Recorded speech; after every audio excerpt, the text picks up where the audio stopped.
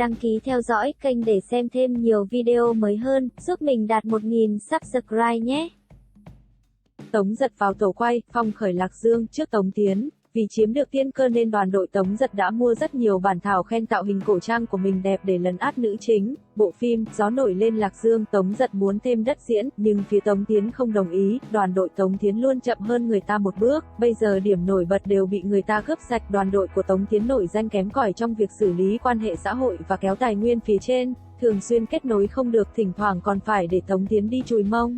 Cũng may nhiệt độ bản thân cô vẫn còn đó, cùng với danh tiếng trong giới tương đối tốt, Tống Tiến và Đồng Dao đều muốn bước vào hàng ngũ tiểu hoa sau 85. Tống Tiến muốn cái vị trí này nhiều năm nay nhưng vẫn luôn bị chặn ngoài cửa, còn Đồng Dao có bối cảnh vững mạnh, vừa có giải thưởng vừa lắm tài nguyên, các thương hiệu rất vui lòng cùng Đồng Dao hợp tác. Phía Tống Tiến không có nhiều ưu thế, lúc đầu Địch Lệ Nhiệt Ba sắp chụp một quyển tạp chí tuyến 1, nhưng cuối cùng có khả năng đổi lại thành Tống Tiến sẽ lên. Tống Tiến rất muốn chen chân vào hàng ngũ tiểu hoa sau 85, thậm chí còn thường xuyên ra bản thảo sao tác, nhưng dù phim của tiểu hoa sau 85 thế nào thì máu vẫn rất đầy, hiện tại cô ấy vẫn chưa được tính vào hàng tiểu hoa sau 85, ngoài bộ phim truyền hình Lạc Dương, cô ấy không có tin tức rõ ràng nào về các bộ phim truyền hình tiếp theo, cuối năm nay còn muốn lên mấy chương trình nhạc hội cuối năm. Gần đây, Địch Lệ Nhiệt Ba và Lưu Vũ Hân đang đọ số liệu với nhau, hai người đại diện phát ngôn cho cùng một thương hiệu. Sau lễ hội mua sắm lần này, thương hiệu sẽ quan sát và đánh giá sức tiêu thụ hàng hóa của họ. Em là niềm kiêu hãnh của anh chắc chắn có thể coi là bộ phim chưa chiếu đã hỏa. Trừ bỏ sức mạnh của việc chuyển thể IP, nam nữ chính cũng là điểm thu hút lớn nhất. Địch Lệ Nhiệt Ba vẫn luôn được công nhận có nhan trị thần tiên, lại một lần nữa đóng vai đại minh tinh Kiều Tinh Tinh, một nữ minh tinh chuyên nghiệp. Gần đây Nhiệt Ba đang quay phim mới ở Thượng Hải, hôm đó Thượng Hải cũng đang mưa và nhiệt độ rất thấp. Nhiệt Ba đeo một chiếc khẩu trang màu xanh, vận một chiếc áo khoác màu trắng lông nhung trông rất ấm áp. Cô ấy xuất hiện tại phim trường, đi bộ tới quán cà phê, ngồi chuẩn bị trang điểm.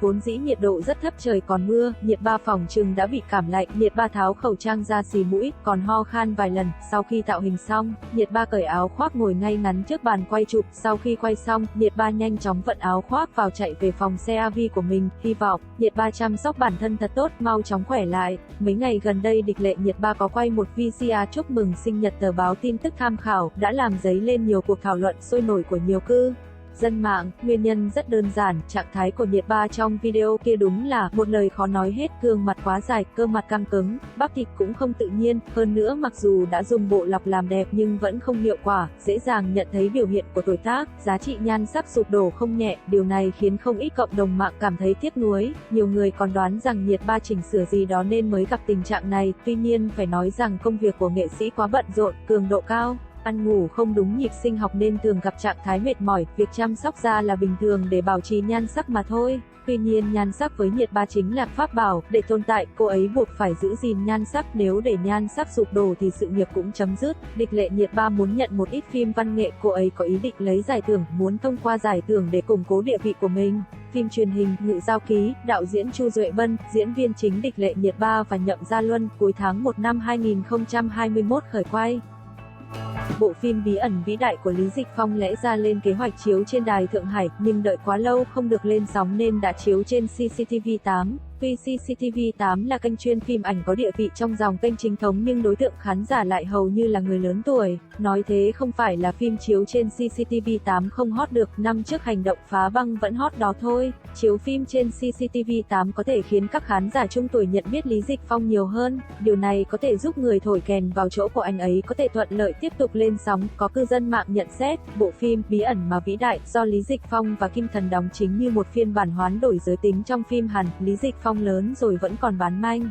Lý Dịch Phong có thành kiến với chuyện tình cảm của Kim Thần nên không đánh giá cao cô ấy. Lúc quay phim quan hệ bình thường, lúc phim phát sóng phía Lý Dịch Phong cũng từ chối mọi hình thức giao tác couple. Phim mới bí ẩn mà vĩ đại của Lý Dịch Phong và Kim Thần đóng chính đa bần đạt 8.4, chỉ số truyền thông liên tục top 1 rating chiếu trên CCTV có xu hướng tăng. Lý Dịch Phong mấy năm nay nghĩ thông suốt, muốn dùng thực lực để chứng minh bản thân, không còn quá để ý đến vấn đề lưu lượng. Thế giới động vật cũng nhận được không ít khen ngợi, vì thế dù cùng nhận thị đế kim ưng với Nhiệt Ba nhưng không bị chế nhạo thành thủy hậu như Nhiệt Ba. Lý Dịch Phong muốn tiếp xúc một movie đại chế tác nhưng sau khi biết nữ chính Dương Mịch đang đàm phán thì đã chủ động từ bỏ. Người thổi kèn vào chỗ với sự tham gia của Lý Dịch Phong, Trần Tinh Húc, Trương Hinh Dư và Tiếu Ương đóng chính sẽ lên sóng đài truyền hình Giang Tô vào cuối tháng 12. Phim sẽ được phát sóng ngay sau khi quay xong. Phim tồn của Lý Dịch Phong chỉ còn một bộ Kính song thành. Trong các nam nghệ sĩ lưu lượng, vai chính kịch của anh và Đặng Luân lên đài truyền hình nhiều nhất. Vai chính kịch của hai người rất được đài truyền hình hoan nghênh.